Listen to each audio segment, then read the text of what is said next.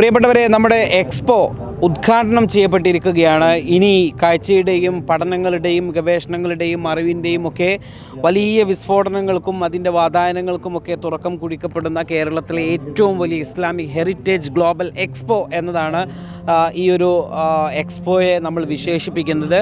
നമുക്ക് എല്ലാ എക്സ്പോ സ്റ്റാളുകളിലേക്കും ഇതിൻ്റെ കാര്യങ്ങൾ കാണിക്കാൻ പറ്റുന്നില്ല എങ്കിൽ പോലും ഇപ്പം ഞാനുള്ളത് കാലിഗ്രാഫി ആർട്ടിസ്റ്റുകളുടെ ഒരു പവലിയനിലേക്കാണ് ഞാനിപ്പോൾ നിങ്ങളെ കൊണ്ടുപോകുന്നത്.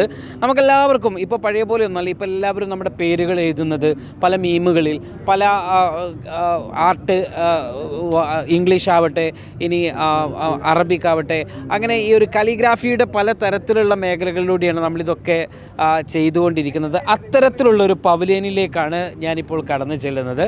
നമ്മൾ ഇവിടേക്ക് വരുമ്പോൾ തന്നെ നമുക്ക് ലോക വേദികളിലൊക്കെ കണ്ട് നമുക്ക് കൗതുകമുള്ള പലതരത്തിലുള്ള കാലിഗ്രാഫിയുടെ പലതരത്തിലുള്ള എഴുത്തുകളും വരകളും അതോടൊപ്പം തന്നെ പല തരത്തിലുള്ള ആവിഷ്കാരങ്ങളുമൊക്കെ നമുക്കിവിടെ കാണാം. ഇതെല്ലാം ഇവിടെ ഈ ഒരു കാലിഗ്രാഫി സ്റ്റോളിൽ സജ്ജീകരിക്കപ്പെട്ടിട്ടുണ്ട്.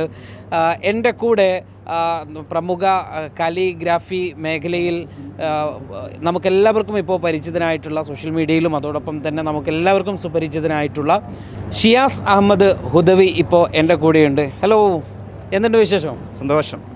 ഇപ്പം നമ്മുടെ ഒരു എക്സ്പോയുടെ ഒരു വൈബിൽ ഇങ്ങനെ നിൽക്കുകയാണ്. എങ്ങനെയുണ്ട് ഇവിടെ നിൽക്കുമ്പോൾ? എന്താ തോന്നുന്നു? ഒരു ഗ്ലോബൽ എക്സ്പോയുടെ മുഖത്ത് നമ്മൾ പാർട്ടിസിപ്പേറ്റ് ചെയ്യാൻ നിൽക്കുകയാണ്. നല്ല രസമുണ്ട്. പ്രത്യേകിച്ച് നമ്മുടെ പവലിയൻ ഇതിലെ പ്രധാനപ്പെട്ട ഒരു പവലിയൻ തന്നെയാണ്. പൊതുവേ നമ്മൾ കാലിഗ്രഫി ചിലപ്പോൾ ജസ്റ്റ് ഒരു എക്സ്പോ മാത്രമായിട്ട് നടക്കുക, ഒരു എക്സിബിഷൻ മാത്രമായിരിക്കും.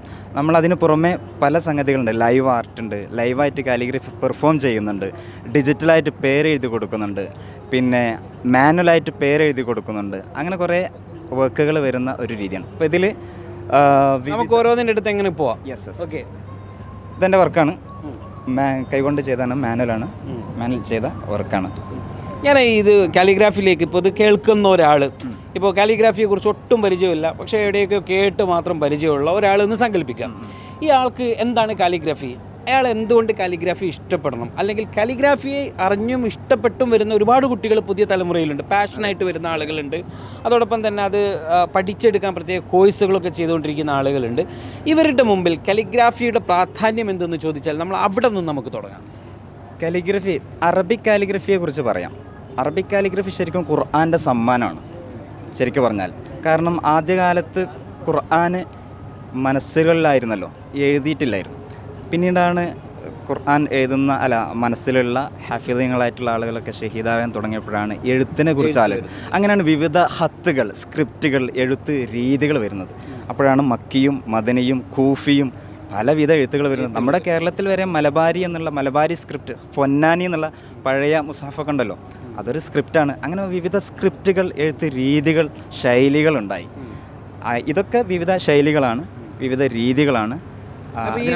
ഈ കുട്ടികളൊക്കെ എന്തുകൊണ്ടാണ് ഇപ്പോൾ ഇതിനകത്തേക്ക് കൂടുതൽ ആകൃഷ്ടരാകുന്നത്? എന്തുകൊണ്ടാണ്? ഇത് രസമുള്ളൊരു ആർട്ടാണെന്നുള്ളതാണ്. എഴുത്തുന്നുള്ളത് ഇപ്പോൾ ഒരു ഭാഷ പഠിക്കുമ്പോൾ ആയിട്ട് 4ാമത്തെ LSRW, listening, speaking, reading and writing. Writing എന്നുള്ളത് വളരെ പ്രധാനപ്പെട്ട ഒരു കാര്യമാണ്.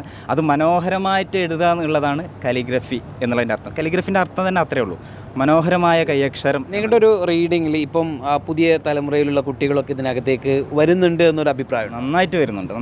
ആദ്യകാലത്ത് കാലിഗ്രഫിയെക്കുറിച്ച് ധാരണ വളരെ കുറവായിരുന്നു.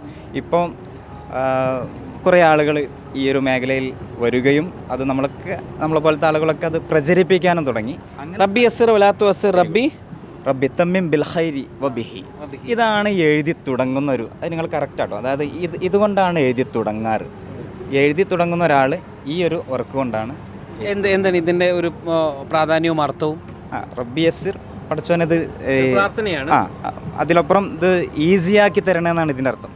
കാരണം ഇതൊരു വലിയൊരു ധ്യാനമാണ്. ആർട്ട് വെറും എഴുതുക എന്നുള്ളതിനപ്പുറം ചിലപ്പോൾ ഒരു അലിഫ് എഴുതാൻ തന്നെ നല്ല സമയമെടുക്കും, ഒരുപാട് സമയമെടുക്കും. അതിൽ തന്നെ കോൺസെൻട്രേറ്റ് ചെയ്ത് നന്നായിട്ട് ക്ഷമ വേണം. അങ്ങനെ ചെയ്യേണ്ട ഒരു വർക്കാണ്. അപ്പോൾ അതുകൊണ്ട് അത് ഈസിയാക്കി തരണേ, പ്രശ്നങ്ങളൊന്നും ഇല്ലാതെ. ഒരു കാലിഗ്രാഫി ആർട്ടിസ്റ്റിൻ്റെ തുടക്കം ഈ ഒരു പ്രാർത്ഥനയോട് കൂടിയിട്ടായിരിക്കും.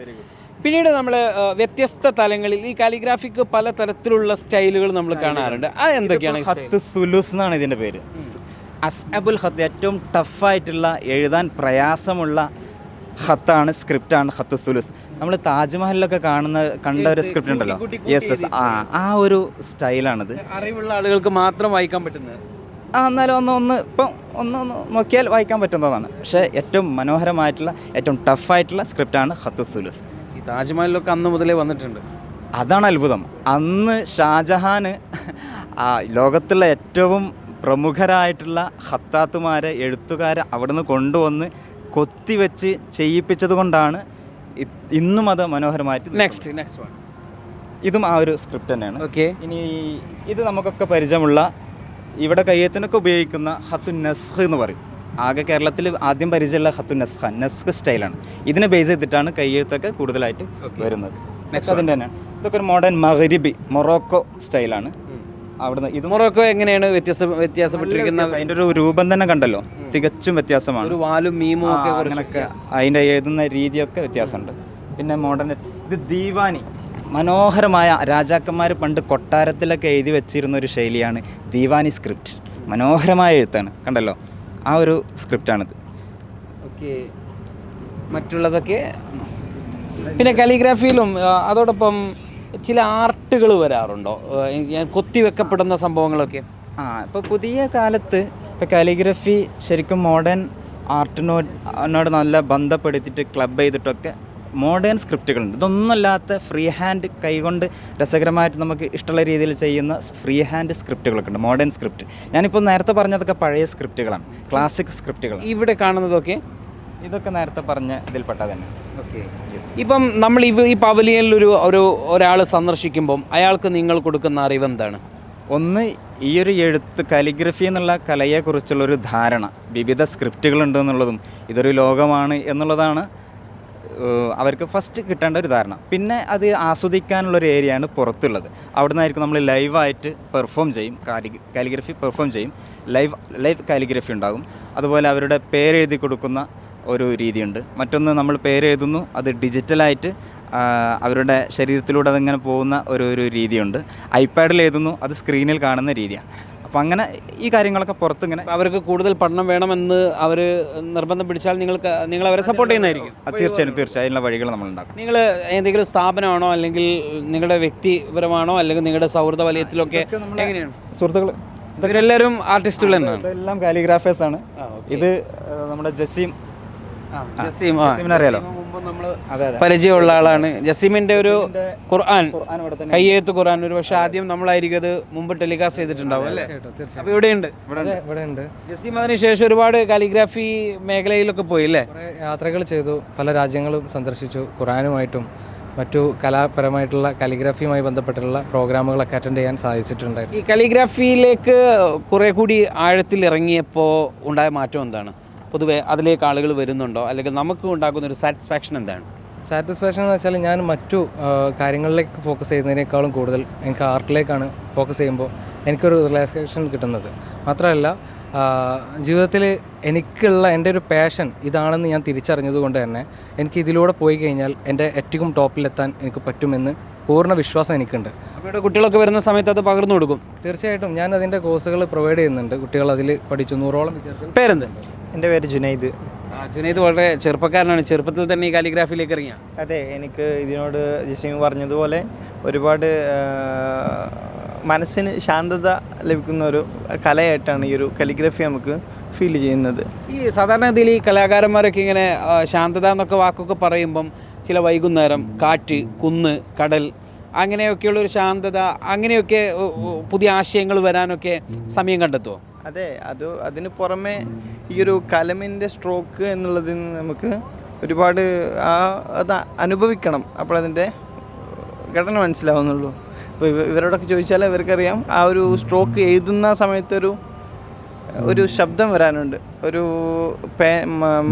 പേന കലം പേപ്പറിൽ തട്ടുമ്പോഴുണ്ടാവുന്ന ഒരു ശബ്ദം വരാനുണ്ട്. അത് ആസ്വദിക്കാനുള്ള ഒരു ഇതും കൂടെ നമുക്കിതിൽ നിന്ന് കഴിയും.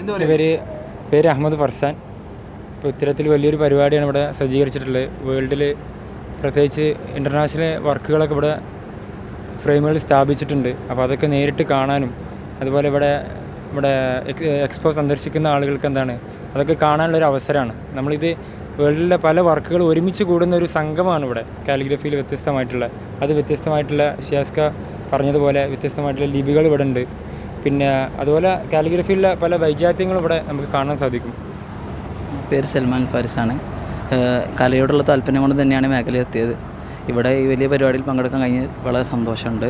മാത്രമല്ല ഒരുപാട് ഇൻ്റർനാഷണൽ കാലിഗ്രഫേഴ്സിൻ്റെ വർക്ക് നമുക്ക് കിട്ടിയെന്നുള്ളത് വളരെ വലിയ സന്തോഷമുള്ള കാര്യമാണ്. ഏതായിരുന്നാലും ഈ ഒരു കാലിഗ്രാഫിയിലൂടെ പുതിയൊരു അറിവിൻ്റെ ഒരു ലോകം കൂടി നമ്മളിവിടെ നാളെ തുറക്കുകയാണ്.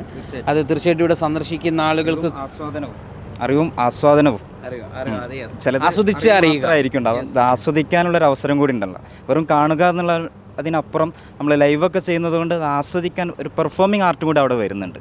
കാലിഗ്രഫി ആദ്യം നമ്മൾ ഒറ്റയ്ക്ക് ഇരുന്ന് എഴുതുന്നൊരു സ്റ്റൈലായിരുന്നല്ലോ. നമ്മളിപ്പോൾ പെർഫോം ചെയ്യുന്നുണ്ട്, ആളുകളെ മുന്നിൽ വെച്ചിട്ട് ലൈവായിട്ട് ചെയ്യുമ്പോൾ ഒരു പെർഫോമിംഗ് ആർട്ടായിട്ട് കാലിഗ്രഫി മാറിയിട്ടുണ്ട്. കാലിഗ്രാഫിയെ ഏറ്റവും പാഷനായിട്ട് കൊണ്ടുനടക്കുന്ന രാജ്യം മൊറോക്കോ ആണോ? തുർക്കി മനോഹരമാണ് ആ ഒരു വിഷയത്തിൽ. ഇതിൽ കുറേ തുർക്കിഷ് ആർട്ടിസ്റ്റുകളോടൊക്കെ കലകളുണ്ട്. അപ്പോൾ ഏതായാലും നമ്മളുടെ കേരളത്തിലും നമുക്ക് ആസ്വദിക്കാനുള്ളൊരു വഴി നമ്മൾ തുറക്കുകയാണ്. തീർച്ചയായും ഇതിൻ്റെയൊക്കെ വലിയ രീതിയിലൊക്കെ നമുക്ക് ചെയ്യണം എന്നുണ്ട് ഇൻഷാ അല്ലാഹ്. തീർച്ചയായിട്ടും ഇവരുടെ ഒരു ആർട്ടും കലയും പ്രകടനവും ഒക്കെ നമ്മളും കാണാൻ ആകാംക്ഷയോട് കൂടി കാത്തിരിക്കുകയാണ്. നമുക്ക് ഈ ഒരു 10 ദിവസം നമ്മുടെ കുണിയയിൽ ഇവരുടെ പെർഫോമൻസ് ഉണ്ടാകും, ഇവരുടെ അറിവ് പങ്കുവെക്കലുണ്ടാകും, ഇവരുടെ ആസ്വാദനം ഉണ്ടാകും. നമുക്കും അത് ആസ്വദിക്കാം, ഇവരെ പിന്തുണയ്ക്കാം, ഇവരുടെ കൂടെ ചേരാം. Thank you.